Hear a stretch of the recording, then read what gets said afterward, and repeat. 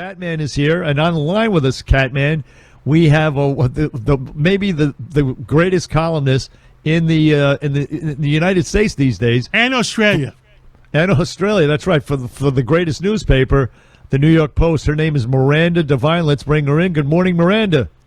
Good morning, Bernie and the Catman. Love that name. That is great. That is so funny. Self-anointed Catman. That's how funny that man is. Miranda, listen, you had a great column out just yesterday. We'll start with that, if you don't mind, entitled Sanity Returns to Trans Madness After the Leah Thomas Ban. And if I might, I picked out this gem from the column that you write that the pendulum is swinging back to normalcy. And this is what we're all praying for November and these other cultural issues in addition to politics. But you're right, this is a slap in the face to the Biden administration, whose embrace of gender ideology has taken on a moral crusade. And that's what it leads me to this question. Joe Biden is actually withholding lunch money from states if they don't embrace this gender ideology and encourage this gender fluidity in schools, much to the chagrin of parents. And again, starving kids in favor of gender ideology in schools. Is that a winning policy? It's child abuse, honestly, Bernie. It's hard to fathom.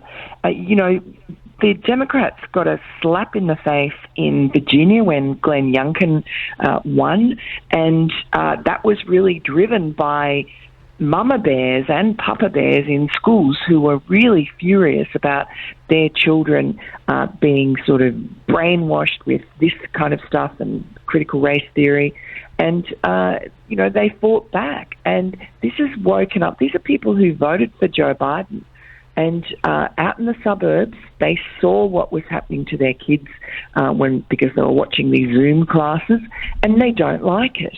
And they particularly don't like their little boys and girls being sort of tricked into and confused into thinking there's no such thing as boys and girls. So I don't know. Joe Biden, I disagree with people who say, oh, he's completely gaga, he doesn't know what he's doing. He knows exactly what he's doing. He's never been a moderate. He's always been a weather vane. And he is a coward because he has sold his soul to the left of his party.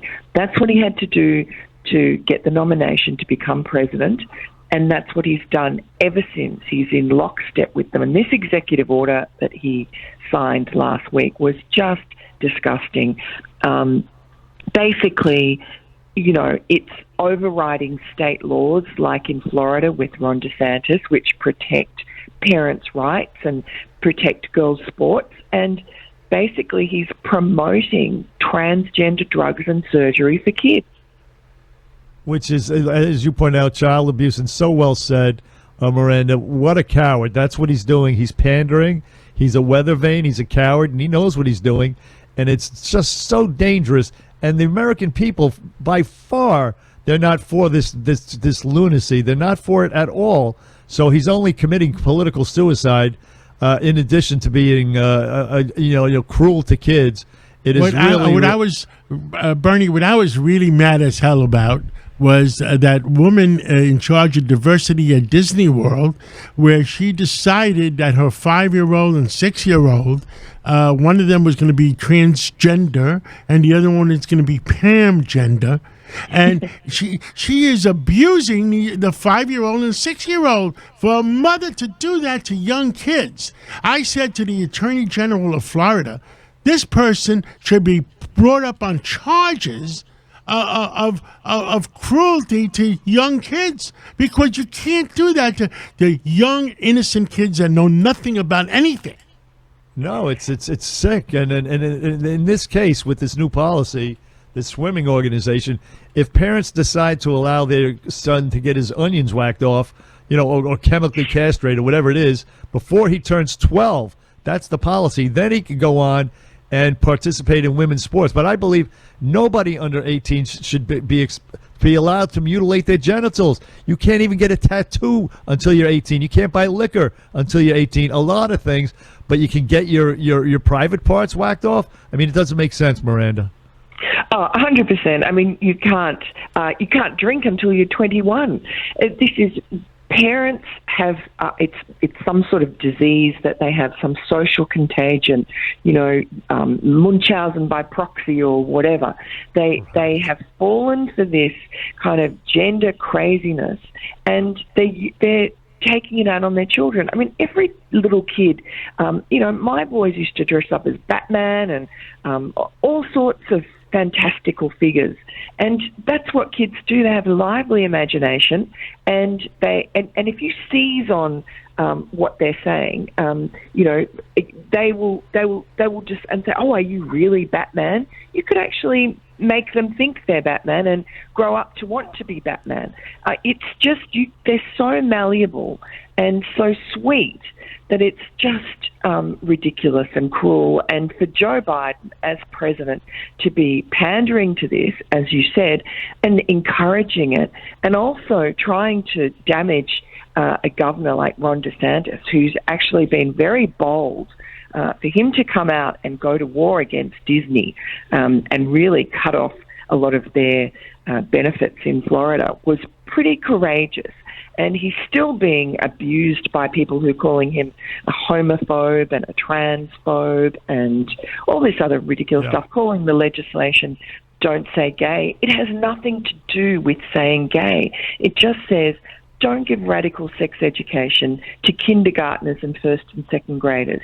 Just leave them alone to be kids, at least until third grade. Yes. Well, I tell a story, and I don't know if you've heard this story. When my daughter, I don't want to name the name of the school, she was in the 5th grade. And in the Upper East Side school, where you pay $70,000 a year now for to go to the 5th grade, and what they did to make children's lives, to make the teachers' lives easier, they sent all the kids in the 4th grade, 5th grade to psychiatrists to give them drugs, and horrible. 50 kids in the 5th grade, girls in the 5th grade are a little bit rambunctious. They're a little bit, rowdy, but that's their life. And guess what? I put my foot down. I was a board member, and I put my foot down, and I said, "No way are you giving that stuff to my daughter." And I said, "No effing way." And and they backed off because they knew I don't fool around, and I'm tough when it comes to my kids. And guess what? Some of the poor kids that were friends with my daughter, they were walking around like space cadets, with that smile on their face, with their eyes open like space cadets. They are hurting our people. They are hurting our children. What a terrible story. And it's a true story, John, and it's probably still going on. And your daughter is a perfectly normal, happy, well-adjusted adult, whereas I'm sure that a lot of the kids who are given these ADHD drugs and other drugs to make them, as you say, compliant and easy for teachers, especially boys, when they're just being normal kids, they suffer the consequences later on with other drug addictions, with mental health disorders. How many of the school shooters have had those kind of drugs applied on them since an early age? Indeed, Miranda Devine, you're absolutely right. Miranda Devine from the New York Post on the Bernie and Sid show with the Catman, John Catsimatidis, this morning. And Miranda, of course, we're looking towards November to reverse all this madness and lunacy, in addition to the transgender gibberish, the border, crime, gas prices, all this stuff. And to that end, they're desperate, and they have this January 6th committee, which you wrote about the other day, brilliantly, of course, comparing it, and it's desperation, but you compared it to the 2020 riots, and how I don't think it's going to succeed in their goal of damaging the Republicans and Trump. What are your thoughts on that? Yeah, not at all. It's like their third impeachment of Donald Trump. The people who, half the country that voted for Donald Trump is impervious to it. They know their tricks. They know about the propaganda. They've heard it all before. They know. I mean, most people that polls show, most Americans, a vast majority of them, think that January 6th was just a protest that got out of control, because that's what it was. It wasn't like the worst thing since the Civil War. No. And so it's just a farce. I mean, the entire drama that they're trying to drum up is quite well done, I have to say. They have the head of the ABC News, I guess, who won all sorts of awards, is producing it. So it's quite a good little show. But no one is interested. They know that it's just a Nancy Pelosi thing. It's completely partisan. You cannot count Adam Kinzinger and Liz Cheney as Republicans. They're just more Democrat than anybody. They're Nancy Pelosi's puppets. So we all see it. We just laugh at it. And it's a waste of time. And it's particularly galling when Americans are suffering from high inflation, high gas prices, all the problems of the economy that Joe Biden has inflicted on us, plus this outrage at the border. Almost 3 million illegal aliens have come in since Joe Biden was elected, and every night there are planes, I'm logging them, going across our heads and landing in White Plains and now in Stewart International in the Hudson Valley. Yeah. Disgorging, hundreds and hundreds of illegal aliens every day, and they're getting bussed into the Bronx and Yonkers. They're taking up places in affordable housing that is supposed to be for New Yorkers, and we wonder why we have a homeless problem. Exactly, and you have people on the terror watch list. They caught 50. How many they got across that they didn't catch? And, of course, the criminals, the rapists, the child abusers, and the cartels are making money hand over fist. Americans are dying in the tens of thousands from fentanyl. And this is all, as you point out, self-inflicted. I mean, the Biden administration and Joe Biden, perpetuating these policies on the American people willfully. It's head-scratching. It's inexplicable. It's mind-boggling is what it is. And November has to be the pivotal moment. That morning in America has to ensue after that. Absolutely, and but we have to be aware of Democrat dirty tricks. And it seems from what Joe Biden says when he takes the truth serum every now and then that abortion is going to be their big selling point in November. So that means just more division, more protests, more ugliness.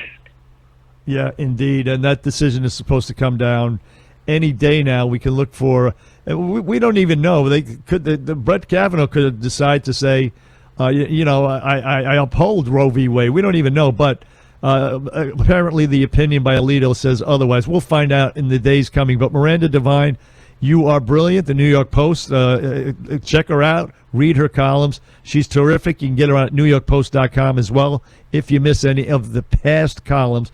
Miranda, thanks for appearing on the show with Bernard and the Cat Man this morning on the Bernie and Sid Show. Thanks very much. Great pleasure, Bernie, and you too, John. Thank you very much. There she is, Miranda Devine. Listen, a lot more of the Bernie and Sid